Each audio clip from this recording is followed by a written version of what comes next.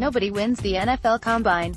A team certainly can't. But as general manager Kevin Colbert said as the week began in Indianapolis, the proceedings do change things. Namely, draft boards and free agency prognoses. The Steelers are hardly exempt from that much, especially this year. So with all the field work in the books and all of Le'Veon Bell's departure, Antonio Brown trade reports and a Ben Roethlisberger extension to anticipate, here's a look at who from the Combine Pittsburgh should keep an extra unblinking eye on when the draft comes around, and why. Dexter Lawrence, DT, Clemson's top-tier defensive lineman, put on hauntingly athletic displays. But the Steelers aren't in contention for or need of Rashawn Gary. They could do very well by themselves though if they snagged Lawrence in the second round to reinforce a front that's rotating more than usual and enters the 2019 league year. Javon Hargrave on the final season of his rookie contract.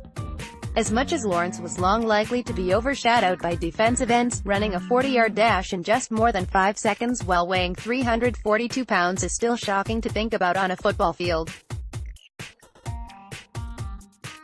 Byron Murphy, CB, Washington. With 6 interceptions in 2 years, it was always going to be hard for Pittsburgh to pass him up should he remain on the board at no. 20 overall. His 4.5-second 40-yard dash, 120-inch broad jump and 36.5-inch vertical leap didn't stand out among corners, but it was solid enough for him to bank on the tape that could very well make him a Steeler. A.J. Brown, WR, Ole Missd, K. Metcalf forced some team to take him in the top 10. But in a year when the Steelers are likely to be replacing Antonio Brown, the Ole Miss star kept himself firmly in mid-round consideration as he finished 6th among receivers on the bench press in an all-around performance that makes him, if anything, more available to Pittsburgh. Teams just can't help themselves when other wideouts put up the numbers that they did. Noah Fant, Iowa. Some schools of draft thought consider his former teammate, T.J. Hawkinson, the top tight end in the class. That probably hasn't changed, but the Steelers would be wildly lucky at this point to get Fant on day 2.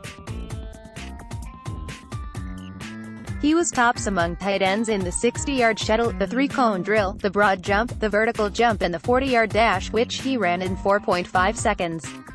Fanta was 3rd in the 20-yard shuttle and 6th among tight ends on the bench press, too. Devin Bush, ILB, Michigan. Pittsburgh might actually have to hope he didn't perform himself out of draft range at the Combine. But his displays in the 40-yard dash, vertical jump and 20-yard shuttle should more than ease any lingering concerns about the 5'11" linebacker's size. Colt Tracy, K. LSU. As far as I can tell, he didn't actually do anything, but Colbert has already floated the idea of having 3 kickers in camp this year, so the Steelers may as well save themselves some undrafted free agent signing bonus money and draft this guy. He went 29 of 33 on field goals last season and didn't miss any extra points.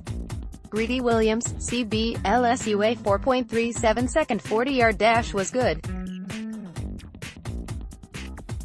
That he didn't stand out elsewhere as bad. But if the Steelers want to get a cover man who's shut down some of the top receivers in this class and compiled 8 interceptions in 2 years, good for them. He might actually be available at no.